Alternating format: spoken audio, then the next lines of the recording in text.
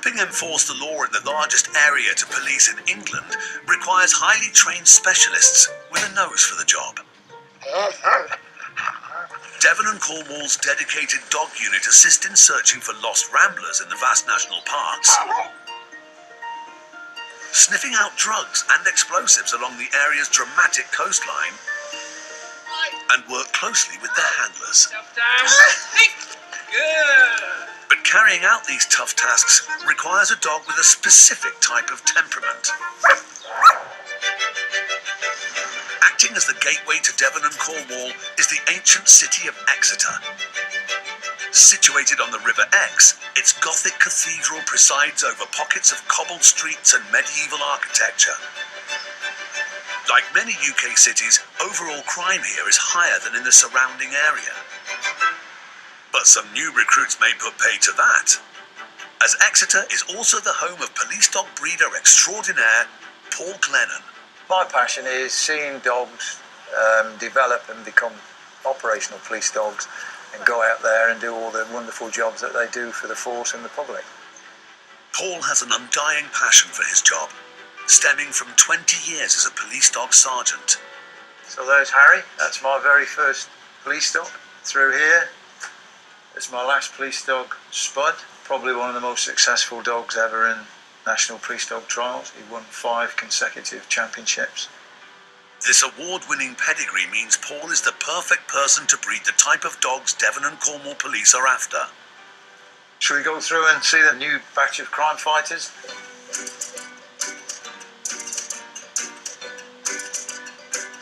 Well, they don't really look much like crime fighters right at the moment, do they? Maybe not, but in just 18 months' time, some of these 8-week-old pups will go on to become top canine cops. So I'm just going to let them out now, but as soon as I open that door, there'll be carnage.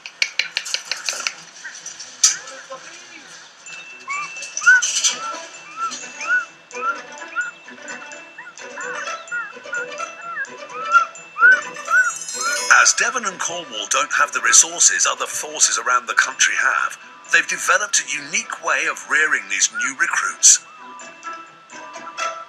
The only way that we could breed our own litter is to do it at home, and obviously I'm the lucky beneficiary of that. And I've got a very understanding wife. It's a technique that continues to produce well-balanced police dogs.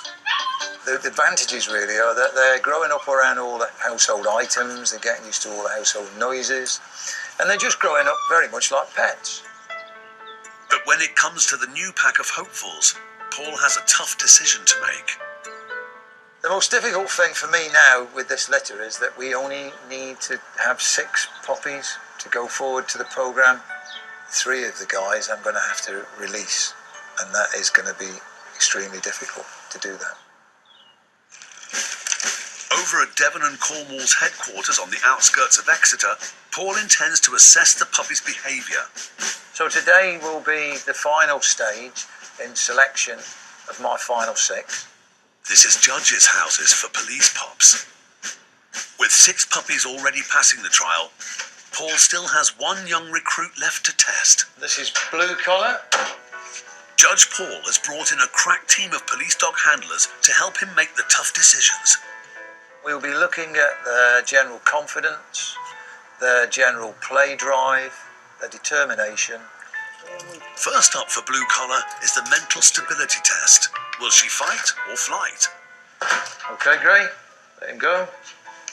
The noise and glossy material are intended to create a reaction from the young pup. So that's moving and rocking as you approach that. If you look at her tail, just total confidence. Second is sight sensitivity. This test is all about her prey drive, an ability to chase a moving object, a vital policing skill. To be a working pup, a working dog, I mean, as soon as something starts to move, they should be off after it. It's something that should just be genetically imprinted in them, really. But when you've got them on their own in a place they've never been before, with people they don't know, some pups won't play at all because they're under stress. Well, the tail was going, really wagging, and it's a human interaction that Paul's getting out of her there. She just loves to be with Paul. So, you know that if you actually, as a handler, give her what she needs, you will get a lot out of that dog. It looks as though Blue Collar has passed with flying colours.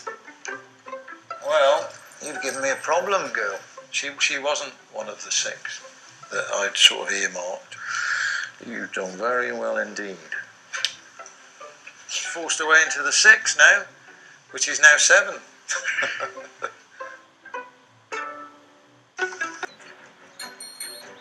A few miles away, it's another momentous day. These 8-week-old police pups are also off to pastures new, leaving the care of Paul and his wife Diane to move on to their next challenge. When you see them like this and realise that, you know, they were born here and they were raised here, that is just a lovely thought. They're ready to go to their new owners. They've had enough here, I think. They need that one-on-one now. All 9 went through Paul's rigorous doggy assessment to whittle them down to a final 6. They'll be trained to help fight crime as part of Devon and Cornwall's dog unit. So can you manage that? I can. Can you carry that bag, I'm sure? Yeah. That's your food. We'll go through. Today, the chosen 6 are being rehomed by volunteer puppy walkers who care for them for just 12 months, Yeah, well, you give her the rat. when they'll be ready to start intense police training. We're here for a dog. My daughter's very keen because she had the German Shepherd herself and she trained it up. And she's very keen now to help the police. Blue Collar Dora turned Paul's head, performing exceptionally in the test. But her brother and sisters offered up such fierce competition, he's decided Dora would be best suited to a life on Civvy Street as a well-loved family pet. It's an exciting thing for the girls. It's the first puppy for them. Really excited. Over 100, probably a million. But before they can go home with their precious pups, Paul has some tips for their first night. What you've got to remember is those 9 pups have been crashing around together and they've never been on their own. So tonight's a huge, huge stress for them. You can either get yourself a camp bed, sleep down alongside. Some do that. Some put the cage in the bedroom. And if you're lucky, you might get one that after 20 minutes of whimpering decides I'm going to crash out for a few hours, and then they'll probably have you up again about 2 or 3 in the morning. It's either going to go a good way Or a real bad they're way. going to go really Or they're bad. just going to be a So I'm going to be in the cage with them. Finally, it's time for Paul and Diane to wave their puppies on their way. Yeah, it's hard saying goodbye to them, but they need to go now, and I'm sure they're going to be very, very happy with all their families. Bye! Feeling sad, because obviously it's been a long journey. It's been hard work, but very, very rewarding.